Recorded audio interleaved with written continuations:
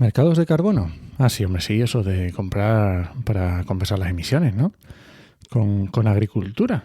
Ah, ostras. Oye, pues... Ah, con agricultura regenerativa. Ostras. Comienza Actualidad y Empleo Ambiental, un podcast de Juan María Arenas y Enoc Martínez.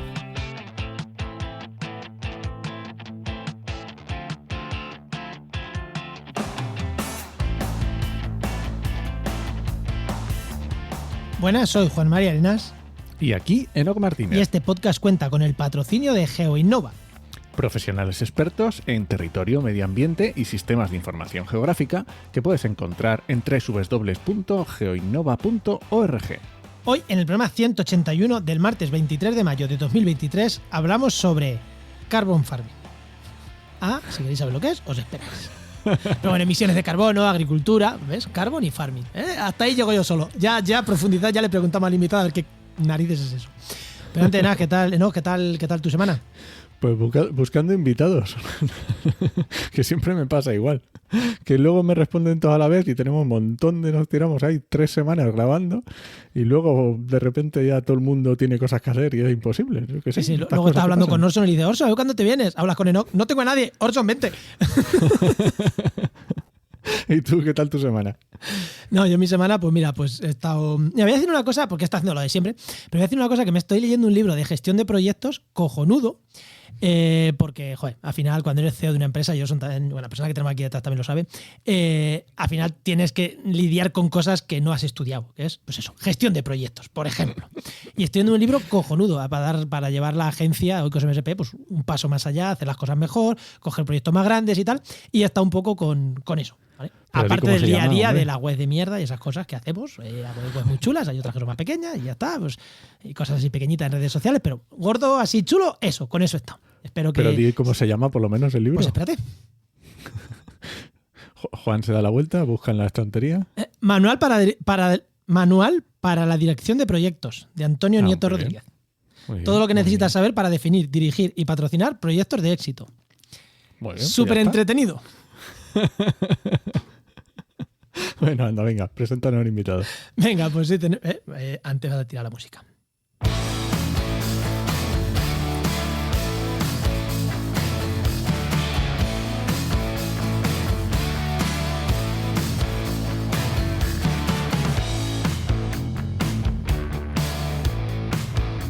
Pues hoy tenemos con nosotros a Orson Acosta, que es biólogo y CEO fundador de Azola Projects, empresa que busca aplicar la agricultura regenerativa a través de los mercados de emisiones. Muy buena, Orson, ¿qué tal? Muy buenas, Juan Enoc. Pues muy buenas. Nada, ya os he dicho, yo encantado de estar aquí. Soy un acérrimo escuchante. Vaya, un fiel seguidor desde los inicios. Y tengo que decir que el podcast tuvo cierta impacto, ¿no? en mis decisiones a nivel laboral, así que estoy yo muy feliz de estar aquí. Me alegro, además, me alegro mucho eso de biólogo y CEO, ostras. Es el segundo después de mí que conozco que es así, además CEO de una empresa que sí, tiene que ver, pero pues como en mi caso no es evaluación de impacto ambiental, cosas así básicas, son otra cosa, pues más de empresa de verdad, más del libro que me estoy leyendo. Me gusta. Bueno, no, tírale tu pregunta. Bueno, espero que te la hayas pensado ya de tantas veces que la he escuchado. Bueno, Orson, cuando eras pequeño, ¿qué querías ser de mayor y cómo has llegado hasta aquí? Pues mira, o sea, en verdad no es algo que haya tenido que pensar mucho, ¿no? Sí que tengo que decir, que creo que no os juego la estadística, pero que antes de querer ser biólogo, hasta que yo tenía 4 o 5 años, quería ser director de orquesta. Ah, mira, no hemos tenido a nadie que quisiera ser director de orquesta. ¿No? Sí, pero eran por unos dibujitos que vi, que salía, creo que era el Mickey, y yo pensaba, mira qué guay, ellos mueven las batutas y suena la música, y todos les aplauden a ellos, ¿no? Pero en realidad ya muy temprano, a los 6 años, ya dije que quería ser biólogo. Mi familia también, había habido biólogos y con 12 años ya te decía que quería ser zoólogo y herpetólogo y, o sea, biólogo. Así me gusta. ¿Ves? Biólogo de nacimiento. Ahí. Sí. Lo que pasa es que tuviste un affair raro ahí por ahí, pero era biólogo de nacimiento. Sí, luego tiene más para las plantas, ¿no? Lo típico, siempre empiezas más con los animalicos y al final, pues ya cuando te metes te gustan otras cosas, ¿no? Pero sí. Vale, ¿y cuando saliste de la carrera saliste CEO o cómo ha sido desde entonces hasta ahora? Pues para nada, y de hecho me llegas a preguntar hace 4 años y no te hubiera dicho jamás que yo iba a acabar siendo empresario y ni mucho menos CEO. Además, empresario, para la gente que esto ha dicho así, pero empresario, ahora lo veremos, ¿no? Pero que está en rondas de financiación, o sea, lo que es una empresa, una startup. O sea, no es CEO porque se ha puesto CEO de esto como en mi caso, que bueno, pero no, en tu caso es empresa de la que te bates el cobre con inversores para sacar adelante cosas, o sea que Sí. de lo que se entiende no. como empresario.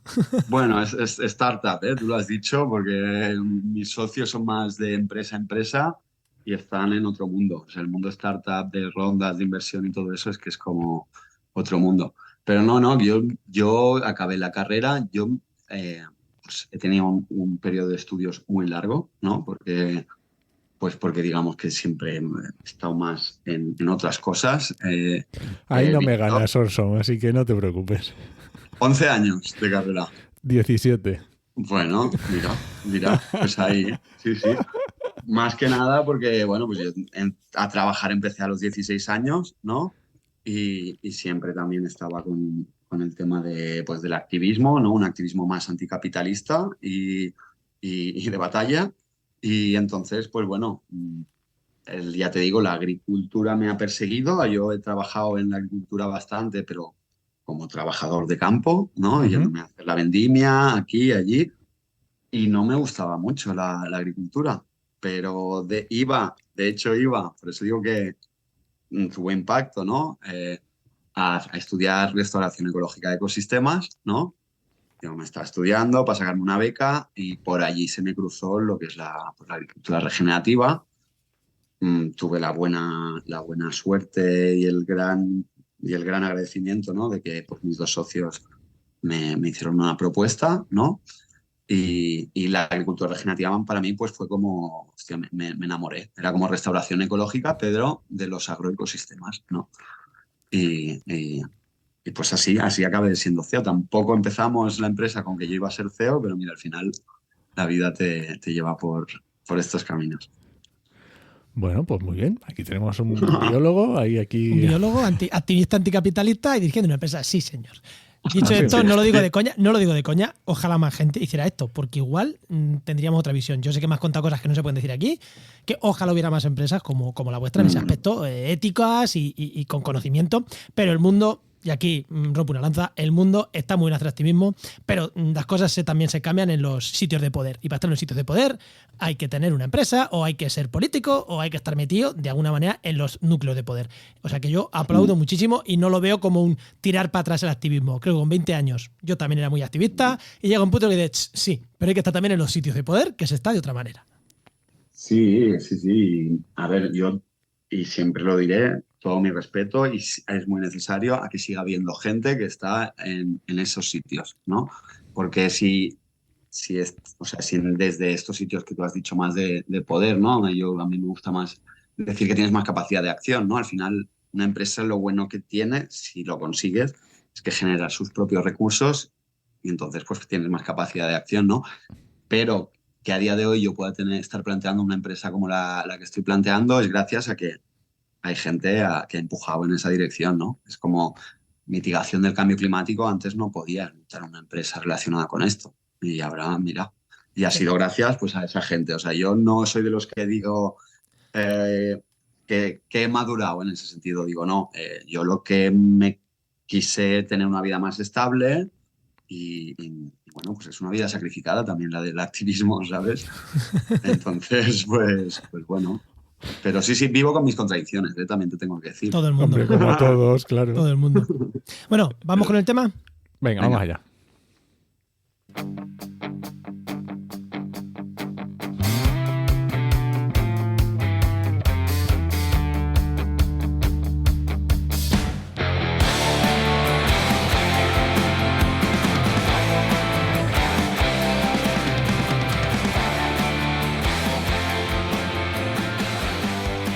Hace unos minutos yo presentaba a Orson diciendo que era dueño o CEO de una empresa que busca aplicar la agricultura regenerativa a través de los mercados de carbono. Y un poquito antes, en la presentación del programa, hablaba de carbon farming. Orson, vamos a hablar de muchas cosas, pero vamos a centrar un poquito el tema. Vamos a, por si acaso estamos perdiendo a alguien. A ver, venga, en una línea, vamos a definir 3 conceptos. El primero, mercados de carbono. ¿Qué narices es eso? Vale, una línea es difícil, pero... vamos a intentarlo. Sí, muy básicamente es comercializar con las emisiones de carbono, ¿no? Esto viene del protocolo de Kioto. Se establece un mecanismo que son los mercados de carbono, donde empresas, países pues pueden comercializar con ese carbono. En plan, yo emito mucho, pues le compro los derechos a otro que capta mucho, por así decirlo.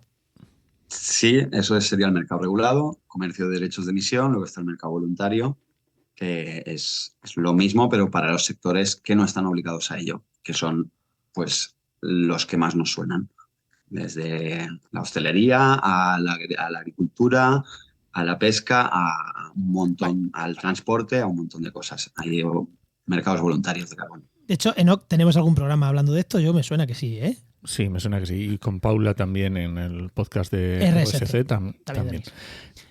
Porque claro, imagino que los mercados regulados serán los mínimos. Quiero decir que hay más proporción de mercado no regulado que de mercado regulado de carbono. Sí, de sectores. Sí, o sea, los sectores son menos, pero como son los regulados porque son los mayores emisores. Entonces, en proporción, son más. Tanto de dinero que se mueve, ¿no?, por esos derechos de emisión como por cantidad de toneladas de CO2 son los más importantes. Aquí también decirte, ¿no?, que regulado y voluntario lleva un poco la confusión porque parece que el voluntario no esté regulado. Y simplemente es que no es el regulado por la Unión Europea con la entidad que lo regula, la Unión Europea. Pero sí hay mucha regulación. Vale, siguiente pregunta, que hemos dicho 3 preguntas rápidas. Siguiente, ¿qué es la agricultura regenerativa? Aunque yo creo que también hemos hecho algún programa de eso. Pero por centrar, en una frase, ¿qué es? Sí, bueno, pues la agricultura regenerativa es un nuevo modelo agrícola, ¿no?, que junta conocimientos ancestrales con los conocimientos actuales de ciencia y técnica, ¿no?, que se centra en la regeneración de los suelos, ¿no?, y a trabajar con la naturaleza y no en contra. Así por ser escueto, que aquí sí podría tirarme hablando mucho rato. Sí, pero tenemos un programa un poco que enlazaremos también de agricultura regenerativa, sí. Y sino que lo busquen, que ahí está. Y ahora la última. Con el 172, con Javier Retana. Exactamente. Y la última, carbon farming. Pues mira, carbon farming o agricultura del carbono, ¿no?, que sería el término de aquí, es básicamente un tipo de agricultura que tiene el objetivo de aumentar el contenido de carbono orgánico en los suelos, ¿vale? Es un cultivo de carbono. A partir de aquí se puede hacer con o sin agricultura regenerativa. Eso te iba a decir. Es indispensable hacer ya, porque ya hemos definido los 3 conceptos, ahora empezamos con la chicha. Es imprescindible hacer carbon farming, hacer agricultura regenerativa. Son 2 conceptos que van de la mano, no, sí. Uno es algo más que el otro y el otro está por debajo siempre, o son cosas paralelas. O sea, es como el carbon farming sería simplemente aumentar el contenido de carbono orgánico en los suelos y se puede hacer sin hacer agricultura regenerativa, ¿vale? La agricultura regenerativa siempre conlleva captura de carbono en suelos agrícolas, pero el carbon farming no tiene por qué implicar agricultura regenerativa. Si me preguntas si es mejor, me diría desde luego que la agricultura regenerativa es más ambiciosa y tiene más impacto.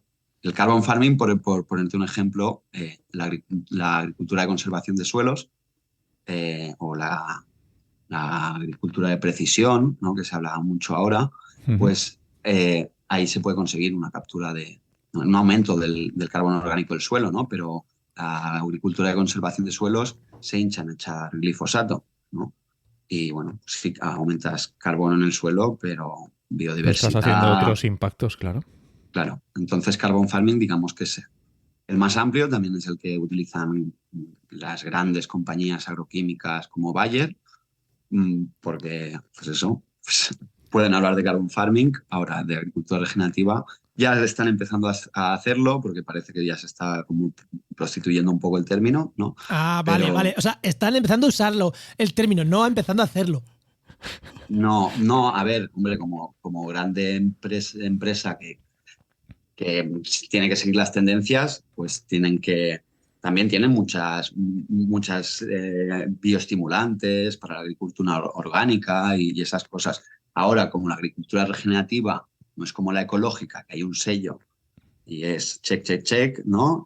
Pues allí hay un espacio donde se puede jugar a declarar ciertas cosas y bueno, pues al final un greenwashing desde mi punto de vista, ¿no? Claro, como no está regulado el término, pues hasta que no se regule, pues cada uno lo aplica un poco a donde arrima las cosas a su sardina. Claro. Y esto es más de comunicación, ya no es otra historia. Sí. Vale, ¿y hasta qué punto estas prácticas pueden llegar a ser sumideros de carbono? ¿Cómo consigues con agricultura, como cualquiera que esté pensando en agricultura, cómo consigues hacer sumideros de carbono? ¿Te refieres a la práctica? A la práctica, ¿no? Sí. Pues mira, y ya en el podcast que has referenciado antes, sí que hablabais, pero si te digo prácticas, pues en cultivos extensivos de arables, ¿no? Cereales y todo eso, no labrar, o sea, siembra directa o mínimo laboreo, a hacer un aumento de la variedad y de la rotación de cultivos, ¿no? Con no arar, digo, si alguien o sea, igual alguien es más lo controla menos. Claro, el problema de ahí es que al arar remueves la tierra, aireas las raíces pudriéndose del suelo y se descomponen mucho más rápido y se libera el CO2. Si tú las dejas ahí en el suelo, el carbono se queda ahí porque no se descompone tan rápido. Sí, y de hecho también se tiene en cuenta la vida que hay en el suelo. O sea, un suelo que lo aras cada 2x3. Eso está muerto. No sé, Juan, si tú hiciste edafología, yo no lo entendía, porque lo que decían los edafólogos desde la biología es que no se tenía que arar, que el suelo era un sistema vivo con sus horizontes, con sus ciclos de nutrientes. Y yo decía, pero ¿y esto a los agricultores? No, es que hacen todo lo contrario, ¿no? Bueno, tiene su sentido también, ¿no? O sea, sí, bueno, tienen un sustrato. Es como cuando tú compras tierra y dices, esto es tierra para que aquí crezca, pero yo qué sé, también nacen las lentejas en algodón. Todos hemos hecho de pequeño esa prueba y nacen. Sí. Bueno. Sí, bueno, y de hecho, esto es ¿no? En los años 40, que habían dos escuelas, ¿no? La que pensaba que lo importante era nutrir a la planta y la que pensaban que lo importante era nutrir al suelo. Pues mira, también había una industria que hacía no tanto, había aprendido a fijar nitrógeno, las guerras se estaban acabando, ¿qué hacemos con todo esto? Y también al final fue un modelo que ha servido muy bien, ¿no? El modelo NPK de vamos a nutrir a la planta y el suelo es un sustrato, ¿no? En esta mentalidad, es lo que te digo, de los 40 a los 70 funciona muy bien porque todo el suelo tenía todos esos microelementos que son tan necesarios para la planta, pero a los 70 hoy empiezan a surgir plagas, y entonces, ¿qué tenemos que meter? Pues insecticidas, herbicidas, todo eso empieza a salir del bolsillo del agricultor, ¿no? Pero porque es como que las plantas les están desnutridas, les sale mal, ¿no? Y a día de hoy es como, bueno, les estamos dando como si yo a ti te digo que te den mira, por si acaso te coge cáncer, te voy a hacer una quimioterapia, ¿no? Preventiva, ¿no? Y entonces, bueno, pues es un sistema que ya te digo, no se trata de quemar los libros ni de nada de eso. O sea, hemos aprendido mucho y la Revolución Verde realmente ha permitido pues, mantener la población que tenemos hoy en día, ¿no? Pero hemos topado con sus límites. Se van acumulando efectos nocivos, la biodiversidad se tiene que apartar, la naturaleza aparte y bueno, pues estamos... Es un sistema que ya está topando con sus propios límites. Y bueno, y todo el motor de degradación ambiental tan grande, ¿no? Que es el sistema agrícola, cuando tiene el potencial de ser al contrario. Vale, y ahí para si una técnica esta funciona o no, de agricultura, imagínate que dices, nosotros hacemos agricultura regenerativa. ¿Eso qué se hace? Se mide para carbon farming, ¿vale? Vamos a hablar de esa parte que es la que más nos mola, yo creo, a todos. Vale, pero ¿cómo se mide? En plan, ¿mido el suelo hoy y mido dentro de 5 años y veo si hay más carbono? ¿O hay alguna cosa de hacerlo más rápido? ¿O cómo se hace eso? O sea, todo el tema del carbon farming en Australia llevan ya 12 años, es el sitio donde se lleva más tiempo haciendo, ¿no? Entendiendo el carbon farming ligado a la generación de créditos de carbono, ¿no? Y ya te digo que, bueno, que se puede ir más allá. Nosotros hablamos de créditos regenerativos, pero eso ya para más adelante. El caso es que se mide y ahí hay muchos, ¿no? Es un mercado emergente Hay gente que lo hace por satélites, ¿no? Sí, teledetección con satélites, que es muy poco preciso o menos preciso, ¿no? Hay gente que lo hace por modelos matemáticos, que también si le añades la variabilidad que nos está dando el cambio climático, pues también empieza a ser poco preciso, o puedes ir allí, sacar una muestra de suelo, analítica de laboratorio y ver cuál es el contenido y como muy bien has dicho, vuelves al cabo de un tiempo y vuelves a hacer esa medición y el diferencial, pues ahí tú calculas lo que has aumentado. O sea, que es tal cual. O sea, es de sumidero, pero de coger y medirlo. Es decir, aquí había Sí. X y 5 años después hay 10X. Esto significa Sí. que por hectárea, tanto. O sea, ya está. Sí, de hecho... Y entiendo que eso que entiendo, ¿no? Es extrapolable a todos los cultivos. Entiendo que un cereal, trigo, producirá tanto y la vid tanto y el olivo igual nada. Yo qué sé. Sí, al final depende del punto de partida, ¿no? Pues un suelo muy degradado que ha sido labrado muy intensamente durante mucho tiempo, tiene un contenido muy pobre de carbono orgánico del suelo, el punto de partida es importante. Las prácticas que tú hagas, porque no es lo mismo que tú hagas 1 o 2 prácticas que pongas 4 o 5, te pongas a hacer 4 o 5 prácticas a la vez. El tipo de cultivo, o sea, pues sí, los leñosos con todas las raíces que tienen y se aumenta más el balance de bacterias y hongos, ¿no? Pues en anuales, cereales es más bacterias, en leñosos es más hongos, pues micorrizas, todo eso, y toda esa vida también cuenta. Claro, eso es carbono también. Sí. Oye, y claro, ahora que lo estabas diciendo me estaba preguntando, porque claro, efectivamente, si partes de un suelo que está hecho polvo, que está súper degradado, la gráfica será al principio a lo mejor, crece mucho el contenido de carbono que vas metiendo, pero llegará un momento que a lo mejor se empieza a estabilizar. ¿O cómo funciona eso a lo largo del tiempo? Sí, no, llega un momento en el que se estabiliza. Después hay gente que está utilizando más la ganadería holística, ¿no? Y el pastoreo rotacional y todo eso, donde dicen que ellos aún no han llegado a ese límite y que sigue aumentando.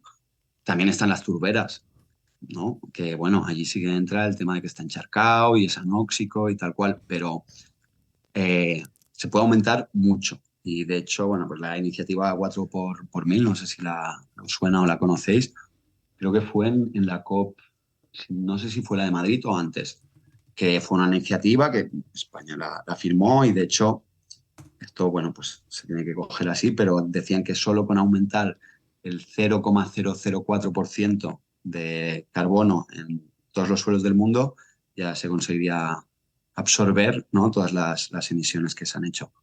Jolín. Sí, Joder. o sea, es un sumidero muy importante, los suelos, y que se ha tenido muy poco en cuenta. No, y es que que aparte, es enorme.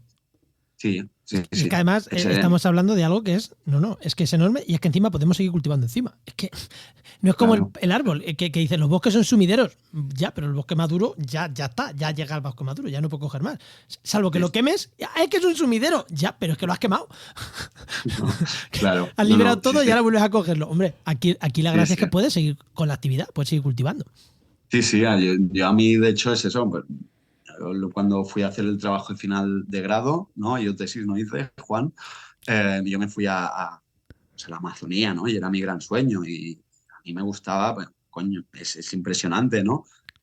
Pero ahora que hay tanta arborfilia, ¿no? Y yo siempre le digo, bueno, pues que los árboles no nos dan de comer, ¿sabes? Un bosque, ¿no? Replantaciones masivas de pinos perdiendo tierras de cultivo que habían sido tierras de cultivo, pues puede ser un problema. Sí. Así me gusta, cabreando a la gente. Sí, señor. Ay, para eso Hombre, estamos aquí. yo ya sé dónde he venido y digo. Ay, Por eso tampoco ay. me cortaba en decir nombres, ¿sabes? Ay, así me gusta. Oye, vale, ya tenemos que mucha gente, o sea, ya tenemos una manera de producir carbono. Las empresas que van a comprar emisiones, les da igual cómo lo produzcan, ¿no? En plan, ¿me da igual o no? No. Esto es algo que crea confusión porque, bueno, un crédito de carbono es 1 tonelada de CO2 equivalente, ¿no? El tema Eso es. si el tema de equivalente es pues porque, por ejemplo, en la agricultura también hay metano que se emite y óxido nitroso que son muchas toneladas de CO2 equivalente, ¿no? Entonces, un crédito de carbono es una tonelada de CO2 equivalente que se ha evitado su emisión o que se ha capturado. Aquí ya tienes dos diferencias. Uno es un carbon removal y el otro es un carbon reduction, ¿vale? Pero es que aparte de eso, para que os hagáis una idea, un crédito de carbono dentro del mercado voluntario hay algunos que cuestan 1 euro, ¿vale? Y otros que cuestan 1.000. El rango de precios es este, ¿vale? ¿Y cómo puede ser si es una tonelada de CO2? Pues porque depende de muchos parámetros que definen, ¿no? La permanencia, el tiempo de permanencia que tú puedes asegurar que ese carbono se va a mantener allí, la calidad de la monitorización, si tú me lo estás calculando por satélite que está en el espacio y que tiene que atravesar una cubierta vegetal y encima te calcula en teoría el carbono en profundidad del suelo, con unos píxeles que tienen de 10 metros, pues ahí no hay precisión, ¿no? Hay toda una serie de parámetros que definen lo que es la calidad del crédito. Los mal llamados, en mi opinión, co-beneficios, ¿no? Pues ahora las máquinas estas que inyectan hidrocarburos hechos a partir de cultivos en la corteza terrestre, ¿no? Ostras, pues ahí puedes asegurar una permanencia muy elevada, de miles de años, ¿no? Sí, claro, lo metes en un Claro. almacén profundo, tú verás. Claro. Bueno, al final pues hay gente que está extrayendo el petróleo y otra gente que está haciendo petróleo y lo está volviendo a meter. Pues, pero, Muy bien, muy lógico, muy lógico. Son muy lógicos. pero, ¿qué cobeneficios tienen, no? Pues se les llama cobeneficios a todos los otros impactos que pueden rodear un proyecto de carbono. Las Nature-Based Solutions, que son las soluciones basadas en la naturaleza. La reforestación sería una, ¿no? Porque, bueno, no comemos, pero sí que hay muchos otros servicios ecosistémicos que puede generar un bosque. Pues ahí hay beneficios sobre la biodiversidad, sobre las comunidades locales, ¿no? Y la agricultura, por ejemplo, pues hacer esa transición, pues son muchos los beneficios que acompañan este tipo de actuaciones. Entonces, el mundo de los créditos de carbono hay muchas variables. O sea, pero me ha impactado de 1 a 1.000. Ostras. Sí, no, es que siempre pongo este ejemplo porque hay compañías que compran ese crédito a 1.000. Claro, ¿no? eso te iba a decir. ¿Y qué mueve una compañía a comprarlo a 1.000 cuando lo puede comprar a 1? Pues al final es como todo. Hay compañías que tienen unos valores, ¿no? Y que realmente pues quieren. También tiene el valor comunicativo que tú le puedas dar al nivel de qué estás apoyando, también Claro. es muy diferente. Y esto es una compañía que hace captura de aire, o sea, captura de carbono directo, ¿no? Estas máquinas que son muy grandes, Sí. que van filtrando el aire del atmosférico y van retirando el CO2. Es un proceso que es muy caro. Pero bueno, esto se hace en Suiza, ¿no? Esta es la que lo vende. De hecho, no lo vende por tonelada, o sea, por un crédito de carbono, sino que tú puedes comprar gramos, ¿no? No me extraña. Claro, 1.000 claro, euros. claro. Bueno, pero hay compañías. Es como el azafrán. Claro. Tienes que venderlo a gramos. Claro. Porque... Sí. Hay compañías que, pues, ¿qué compañías compran esto? Pues compañías que son muy tecnológicas, que tienen mucho que ver con el sector, que son muy tecno-optimistas y que es como para ellas es un sello de calidad y casi de, mira, pues, como el que se compra algo muy, muy, muy, muy caro, que quizá no es tan bueno, pero bueno. La marca. Correcto. Y también, pues eso, por afinidades, ¿no? Por el Tesla de turno. Ya. Vale. Yo pensaba que ibas a decir, hombre, pues la de agricultura, tal, mejores, tal. No, pero está bien, No, porque puede ser que haya empresas que lo compren por convencimiento y las habrá que las hagan para aparentar, pero me da lo mismo. Sí, no, y de hecho, no, o sea, pues ya te digo, va relacionado a mucho, ¿no? De pues los costes también. O sea, si la restauración de turberas, por ejemplo, ¿no? Que es Europa ha definido el carbon farming como una de las estrategias pilares, ¿no? Para llegar a la neutralidad de emisiones en 2050. Dentro del carbon farming hay agricultura, pero también lo consideran, por ejemplo, restauración de turberas, ¿no? Uh-huh. Eso es muy caro. Entonces, también tienes que soportar los costes del proyecto que hay detrás, ¿no? Claro. Pero sí, como has dicho, ¿no? Que nosotros nos hemos encontrado, pues hay compañías que dicen, mira, nosotros el 90% los compramos de los baratitos, ¿vale? Para poder declarar la neutralidad de emisiones. Y el otro 10% lo compramos en créditos de mucha calidad, que nos dan un buen discurso de marketing y podemos comunicar esos impactos, ¿no? Entonces ahí, bueno, pues yo al final, como, bueno, no sé si como tú, pero un poco creo que ibas en esta dirección, el greenwashing es algo que no tiene que estar, pero es un buen síntoma que ahora el tema ambiental sirva para vender, porque es que antes no le importaba a nadie, ¿sabes? Efectivamente, El ser verde. piensa hace 20 años en greenwashing y te hubieras dado con un canto en los dientes. Era el ¿no? grifo. Claro, Era, yo qué Sí. sé, recicla. Sí. Bueno, es lo malo, ¿no? Cuando algo se pone de moda, pues se pervierte, se pierde muchas veces, pero bueno, arrastra a mucha gente, ¿no? Y significa que, bueno, pues que está en boca de todos. Vale. Ahora te voy a hacer otra pregunta. Tú tienes una empresa que lo que hace básicamente es poner en común gente que quiere comprar con gente que quiere vender, ¿no? Básicamente. O gente que quiere vender, no, gente que quiere producir el carbon farming en sus cultivos. Más o menos, ¿no? Sí, lo que pasa es que, o sea, no puedo evitar decirte que no es del todo, o sea, quiero decir, nosotros como empresa... Desarrolla. Claro. Sí, desarrolla. Sí, después vengo con la pregunta. Tú desarrolla lo que quieras que después te pregunto. Vale, pues nosotros nacemos con un propósito y esto es muy, muy claro, ¿vale? O sea, porque todo lo que hagas y las decisiones que tomes, te planteas si estás sirviendo a ese propósito con el que ha nacido esta organización. ¿Cuál es nuestro propósito? Hacer de la agricultura regenerativa un modelo escalable y de adopción masiva. Y encontramos dentro de las barreras que habían, pues que una era la necesidad de financiar la transición, ¿vale? ¿Por qué? Porque cuando tú tienes los servicios ecosistémicos completamente degradados, un suelo que ha perdido por completo la fertilidad natural porque está muerto, no hay vida, no hay un ciclo de nutrientes, no hay, pues cuando tú transitas siempre hay lo que se conoce como el peaje productivo, ¿vale? Que es que durante unos años pues baja la producción, es normal, Efectivamente. ¿vale? El sector agrícola ya es muy deficitario y muy dependiente de subsidios y todo eso, ¿no? Y cómo se financia esa transición, ¿no? Esta era una barrera que había y que identificamos, ¿no? Es necesario que se les ayude a hacer esta transición, ¿no? Pero más allá de eso, pues necesitan herramientas para medir. O sea, si tú empiezas... La agricultura regenerativa es muy específica del contexto, ¿no? No vale el libro gordo de Petete ni recetas mundiales. Porque iguales para todos. Claro. O sea, porque precisamente es ese cambio de mentalidad que tienes que abrazar la complejidad y entender cómo funciona tu explotación. Incluso si tienes una muy grande, pues lo mismo en una cara de la montaña va a ser una cosa, en otro otra, y los agricultores más antes, ¿no? Ahora pues se ha perdido un poco eso, no todos, pero sabían, ostras, pues mira, este campo me produce más, y sin saber que había debajo una roca madre que tenía este suelo, ya conocían su tierra.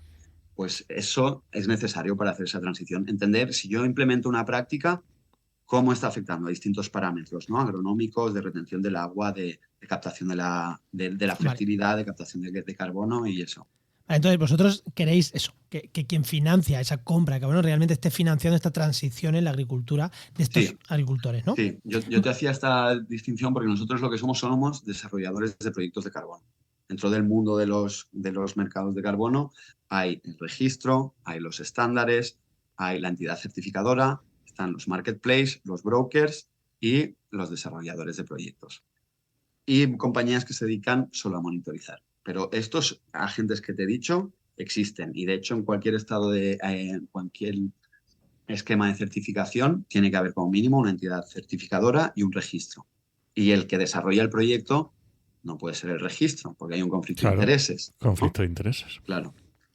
Vosotros sois los que desarrolláis el proyecto para que luego alguien pueda comprar ese carbono que la registradora, la certificadora dicen que... Vale, ahora lo que voy. Ahora viene la pregunta. Vosotros sois una startup. Normalmente las startups son empresas que van bastante a riesgo porque son cosas novedosas. Vale. Ahora mismo, ¿cómo está la situación? ¿Hay negocio? Porque ahora mismo vosotros sé que estáis en rueda de financiación, sé que os financian. Quiero decir, al margen de que a vosotros vaya mejor o os vaya peor, ¿hay negocio en esto?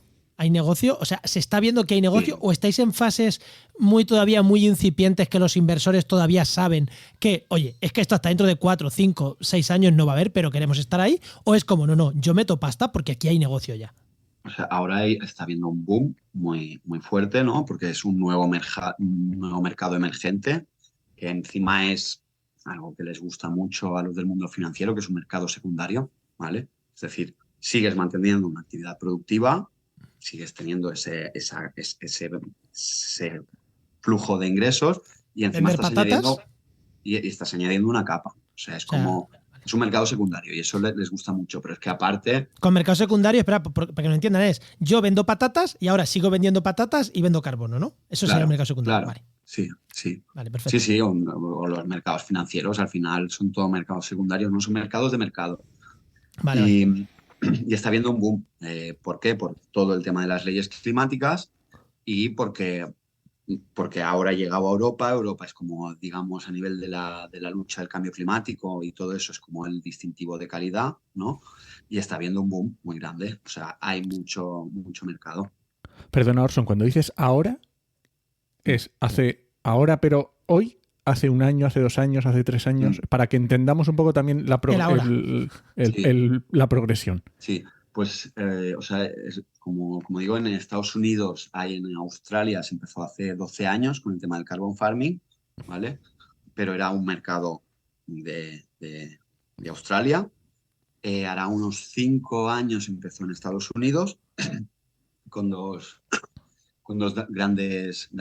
bueno, compañías que empezaron como startups, que son lo que se conoce como unicornios, ¿no? Compañías que ya valen más de 1.000 millones de Millón, euros. millón. Sí, 1.000 millones, sí. sí. Y entonces en Europa hará 2, 3 años. O sea, esto de que Europa ha escogido el carbon farming como una de las estrategias pilares para conseguir la descarbonización, ¿no? En 2050, fue en noviembre de 2021, que sacaron una comunicación que se llama Sustainable Perfecto. Carbon Cycles, donde establecieron 4 estrategias y una de ellas era el carbon farming. Y a partir de aquí, pues ha habido como un boom, ¿no?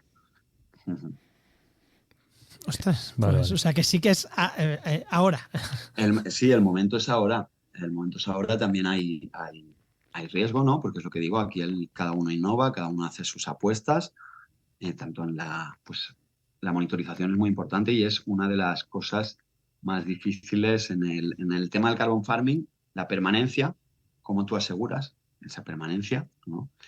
Claro. En los bosques, pues el Miteco creo que con su mercado voluntario, ¿no? Aquí en España tenemos ya hace muchos años un mercado voluntario que lo estableció y lo regula el Miteco. Por eso digo que a veces confunda, ¿no? Porque es un mercado voluntario, pero es la administración española quien lo está regulando, que es en el sector forestal. Ellos aseguran una permanencia, aseguran, bueno, de 40 años, ¿vale?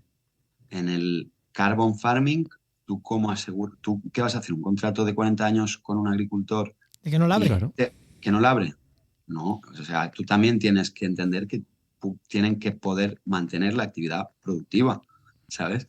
Y lo de labrar no ha sido invento de hace, o sea, se labra desde hace mucho, mucho tiempo. En la Edad Media ya se labraba. También te digo que se labraban con mulas y no con tractores que llegaban a 1 metro y volteaban todo, ¿no?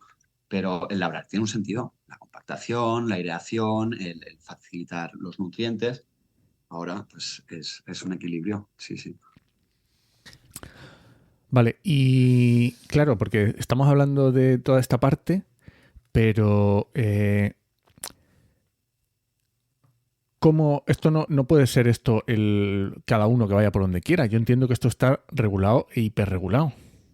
A nivel estatal, a nivel europeo, a nivel el que sea. Claro, o sea, los mercados voluntarios internacionales, hay grandes estándares como es Gold Standard o Berra, ¿no? Que ellos, como estándar, lo que hacen es generar un marco de certificación, donde te dicen, oye, nosotros hacemos unas metodologías, tú quieres hacer un proyecto que sea de pues, recuperación de manglares, tienes que hacerlo así, tienes que definir los límites, cómo vas a monitorizar, cuántos vas a poner. Algo muy importante es la adicionalidad.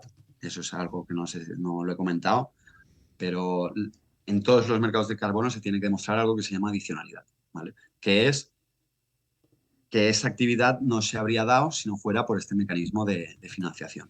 Esto para contarlo viene muy bien el ejemplo de dónde sale, ¿no? Protocolo de Kioto, ahí eran los derechos de emisión, donde los países tienen sus objetivos climáticos.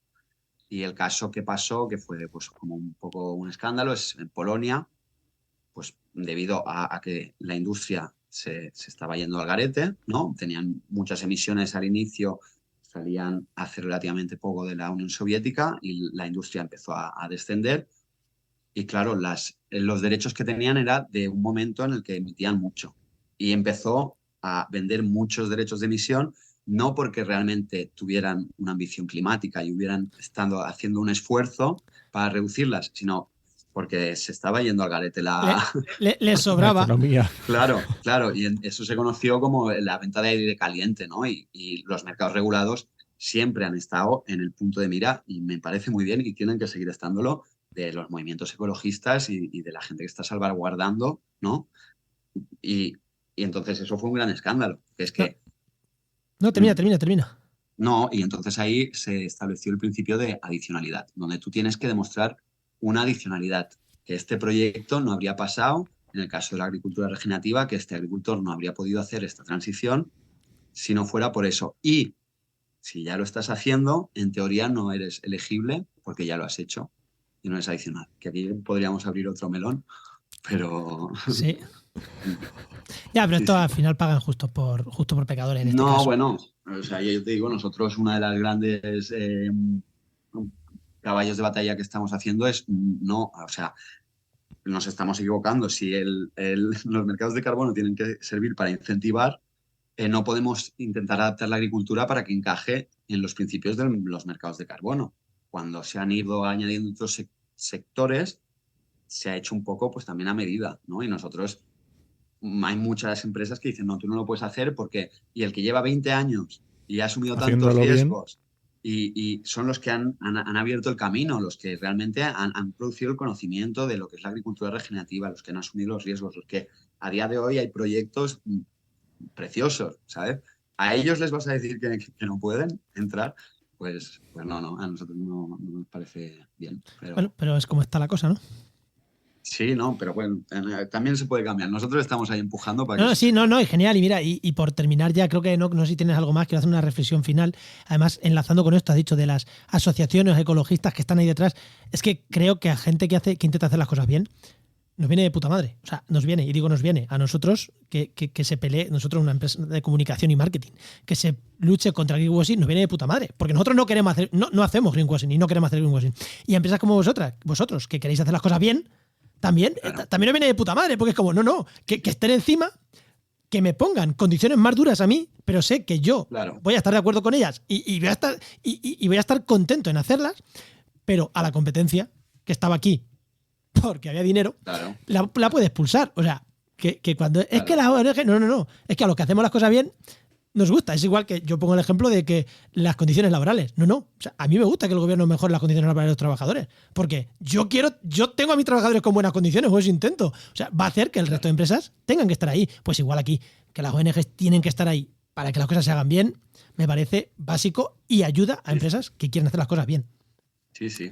Y porque bueno, pues también es muchas veces mucho más fácil ver determinadas cosas cuando no estás metido en ello, cuando no depende de ello tu sueldo, ¿no? Y ya te digo, o sea, yo pienso que deben estar, son los salvaguardas de que se hagan las cosas bien, ¿sabes?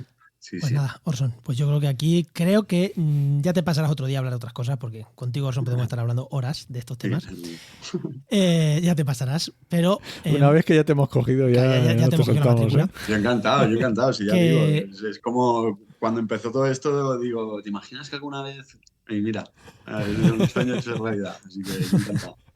Pues nada, muchísimas gracias. Pero antes de irte, ya hemos hecho spam y tal, pero bueno, algún spam que quieras hacer. Yo sé que tú no eres muy activo como tú en redes sociales. Bueno, LinkedIn sí, ¿no?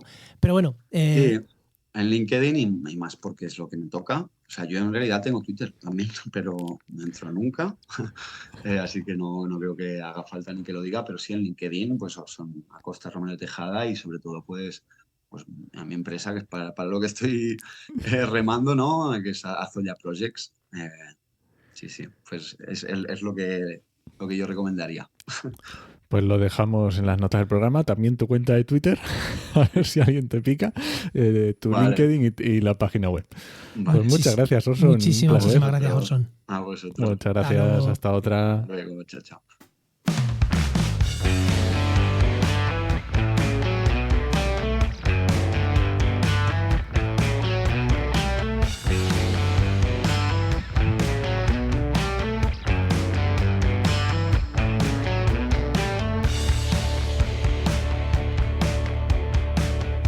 Y seguimos el programa, que tenemos ya por aquí a nuestro amigo Luis Quesada, director de Heinova. Muy buenas, Luis, ¿qué tal?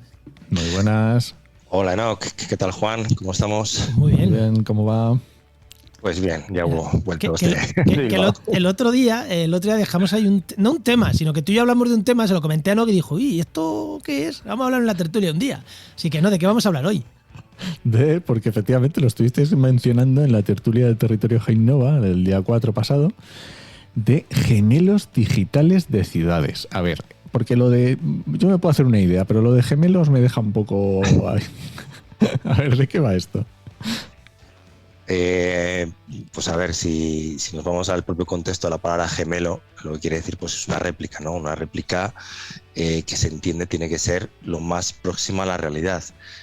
Si hablamos en este caso de entornos digitales, de entornos de ciudades, pues tendrá que ser réplicas de esas ciudades. Al final son modelos virtuales en 3D que lo que hacen es representar objetos físicos del mundo real, como pueden ser los edificios o máquinas, vehículos, carreteras, etcétera. Lo representan en un modelo 3D. Esto nos podemos retrotraer a lo que es tanto la parte BIM como la parte de 3D que estuvimos hablando el otro día en las tertulias. Y estos gemelos se crearon a partir de datos recopilados pues, por diferentes tecnologías, bien sean sensores, drones, cámaras o cualquier otro dispositivo que capture información del mundo físico, ¿vale? Al final esta información se utiliza para crear estos modelos cuanto más precisos mejor, que reflejan estas propiedades físicas del territorio y el comportamiento de los objetos que aparecen en este entorno virtual, en este modelo, a tiempo real. Una cosa, es verdad que el otro día en la tertulia no entramos en profundidad, esto simplemente que lo nombramos y dije, tema para la actualidad y empleo. Pero, joder, me acaba de dejar un poco loco porque yo pensaba que esto de los gemelos digitales era solo cosas quietas, edificios, puentes, caminos, carreteras, yo qué sé, el gas, yo qué sé. Pero acaba de decir tráfico, coches. Sí, claro, efectivamente, los modelos digitales pueden representar siempre que haya algo que les permita representarlo, ¿vale? Que objetos, sensores, IoT, todo lo que tenga que ver con aplicaciones o sensores de inteligencia de IoT que permitan saber o ubicar cualquier objeto en el espacio y a tiempo real a través de técnicas como el GPS, de tecnologías como GPS, por ejemplo. Claro, es que estoy pensando en el GPS en Google Maps, ¿vale? Que tiene cualquier teléfono Android, que te dice dónde hay retenciones. Esto al final es una simplificación de este tipo de modelos, ¿no? ¿Te refieres al de Google Maps? Por ejemplo, porque es el que yo conozco. Sí, efectivamente. Sería una simplificación, o más que simplificación, digamos que es una aplicación directa, ¿no? De algo muy concreto que podría llevarse a cabo, ¿no? Como es el tema de, oye, voy a establecer una ruta y por dónde voy a ir. Estos modelos al final pues sirven tiene una aplicación en diferentes tipos de industrias, sectores.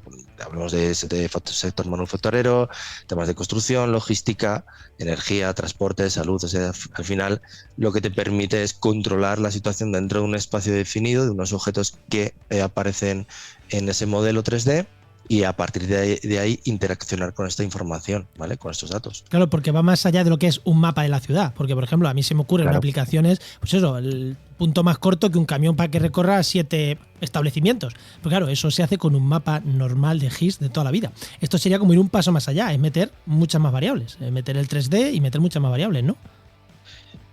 Claro, al final aquí es donde entramos un poquito, donde se ligan con otras tecnologías, como puede ser el BIM, o como puede ser realmente toda la información asociada a cualquiera de los modelos, o sea, cualquier objeto que aparece ahí. Siempre vamos a hablar de que existe una base de datos detrás de la cual puedes extraer información, a partir de la cual también puedes modelar escenarios diferentes, ¿vale? Y a partir de ahí tomar decisiones que se informan en tiempo real.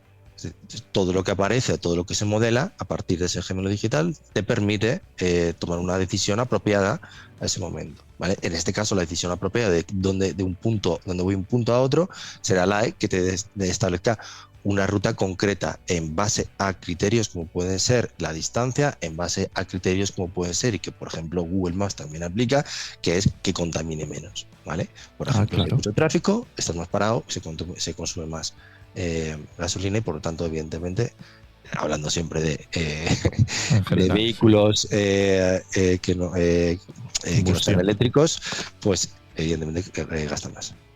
Oye, ¿y estos gemelos digitales cómo están de avanzados? O sea, ¿se están utilizando mucho? ¿Se están empezando? ¿Hay ciudades que a lo mejor están más desarrolladas? ¿Países?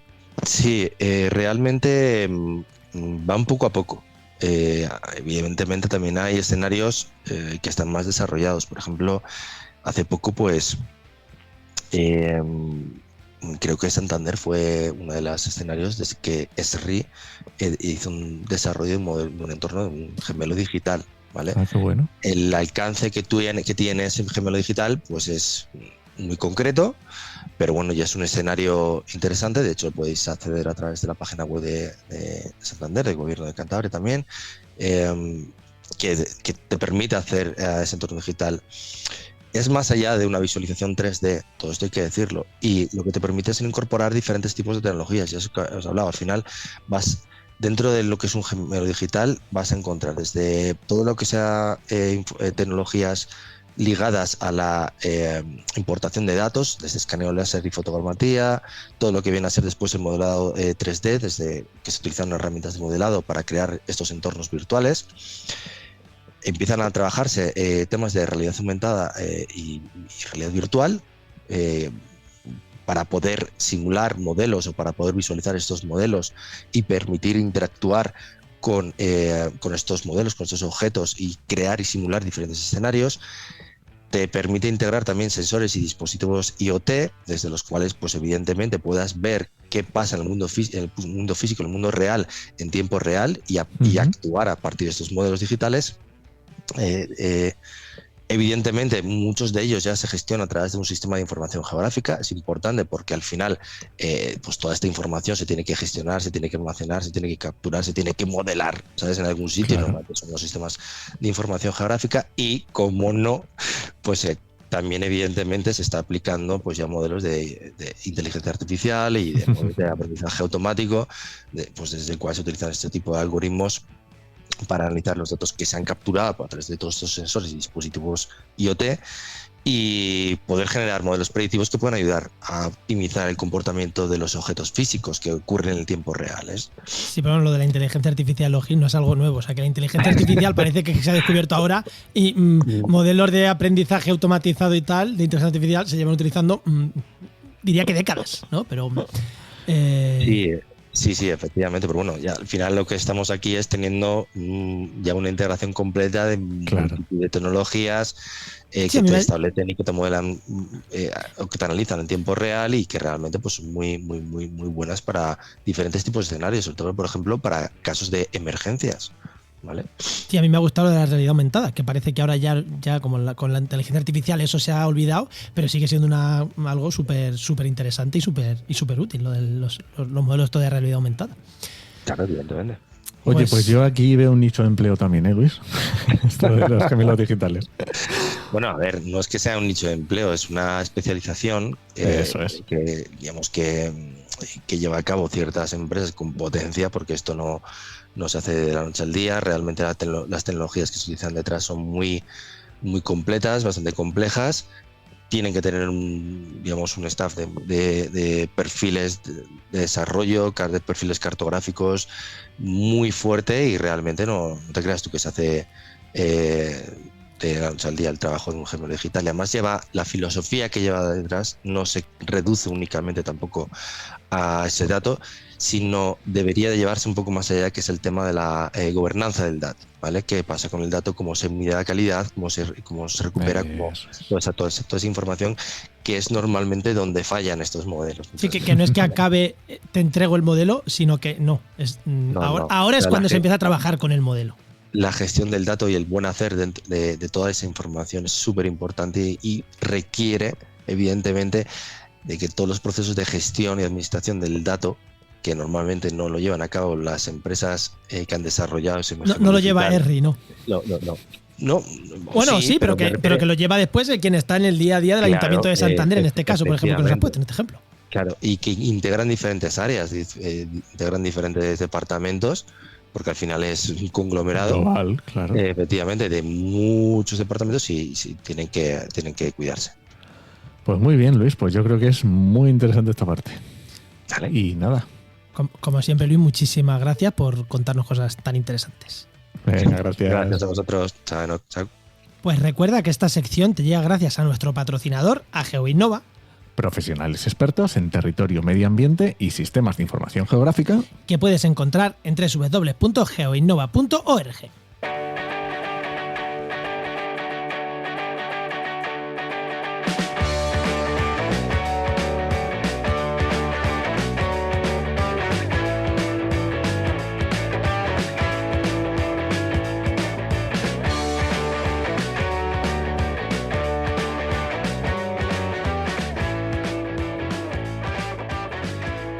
Bueno, ¿nos vamos o qué? Venga, sí, te voy a recomendar un podcast. Venga. Y no va a ser los últimos capítulos del Descampado, que está muy bien, pero eso ya lo hemos dicho muchas veces. Ya lo hemos dicho muchas veces, sí. Un podcast que se llama Fotografiando la Noche, que es, pues ya está, fotografía nocturna. Más fácil y posible. Pues ya está. Sí, los de Descampado siempre. O sea, siempre, eso siempre. Eso están ahí. Bueno, este podcast pertenece a la red de podcast Podcastidae, la red de podcast de ciencia, medio ambiente y naturaleza. Y muchísimas gracias por vuestros comentarios, por compartir en redes sociales, por yo qué sé, por hacer que sigamos haciendo podcast gracias a vuestro cariño, ¿no? Que nos dejáis ahí compartiendo. Algún hater también mola de vez en cuando ahí metiendo cañica, sí. Eso está también bien, es el salseo de la vida, ¿no? Y sobre todo si es por Twitter, pues es que si no, yo hay veces que entro a Twitter y digo, joder, llevo un mes sin que nadie me insulte, voy a tocar las pelotas un poco. Entonces, si me insultáis con los podcasts, pues así ya eso que me ahorro, no necesito más, no necesito yo generar la posta. Y nada, pues eso, que nos escuchamos en el siguiente programa de actualidad y empleo ambiental. Nos escuchamos. Adiós.